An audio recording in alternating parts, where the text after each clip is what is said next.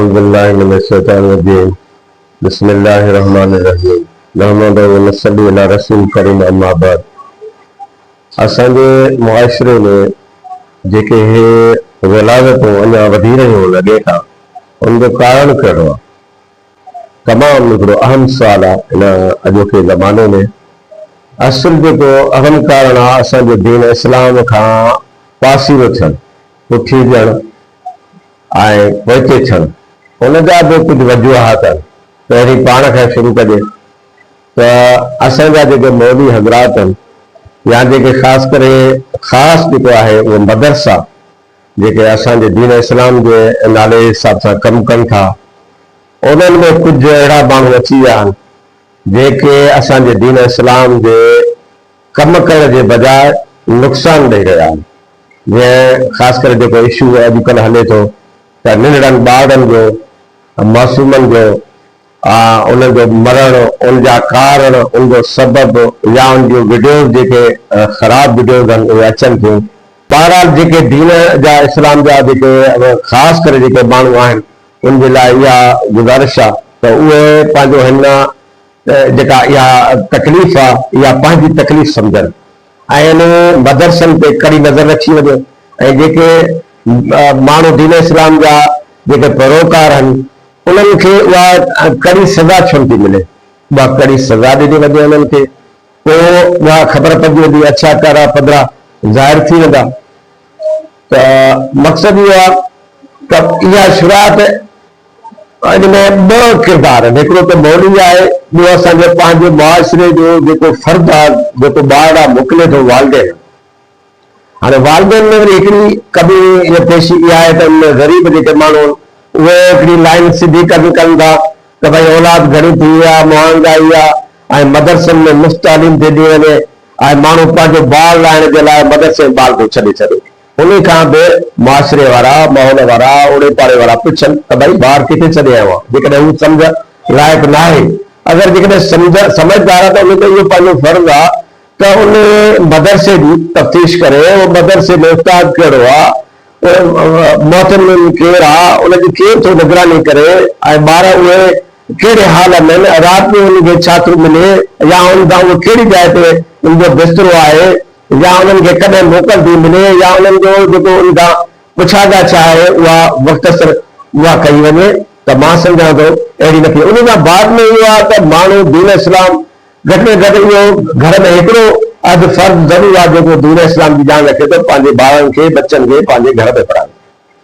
असां पंहिंजे ॿारनि खे बजाए जो पाण पढ़ाइण जो टाइम कोन्हे, असां वटि ख़बर न आहे अलाए छाजे करे टाइम असां ॿारनि खे नथा ॾियूं ऐं पंहिंजो पाण खे जेको माण्हू दुनिया में सम्झे थो त मां हिते हमेशह जीअरो रहंदो त इहा सॼी मुंहिंजी आहे, पर न इहा ॿारनि जी आहे अहिड़ी दुनिया।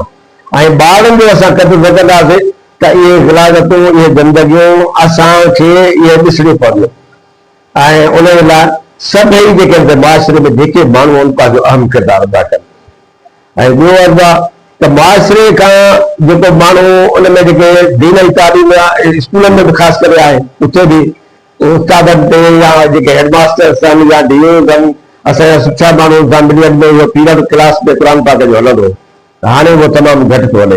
जेकॾहिं उते तालीम मिले थी त ॿारनि खे मदरसनि में न रहाए वञे त बहितर आहे। असुल में अलाह साईं क़ुर पाक में फरमायो त जंहिंखे हिदायत मां ॾियां, जंहिंखे मां रस्तो ॾियां, वल्लाहु यहदी मन यशा इला सिरातिल मुस्तक़ीम, यानी अलाह जंहिंखे चाहे उहो हिदायत ॾिए।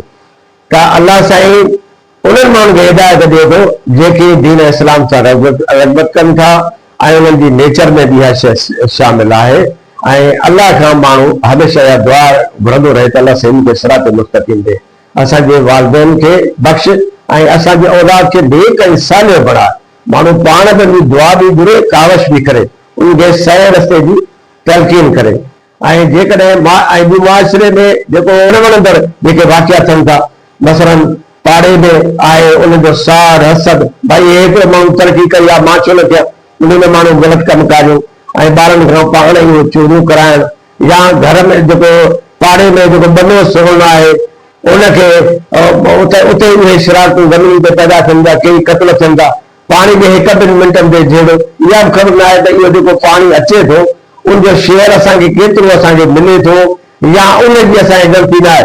बाक़ी मिंट हिन ते जहिड़ो आहे असांखे कम करण खां, यानी असां पाण आरी आहियूं, कोई बि असां इज्तमाही कम करण लाइ तयारु न आहियूं ऐं असां सिर्फ़ु इते पंहिंजे घर में नज़र रखी वेठा आहियूं त उहो माण्हू बहितर आहे जेको ॿियनि जे लाइ कमु करे थो।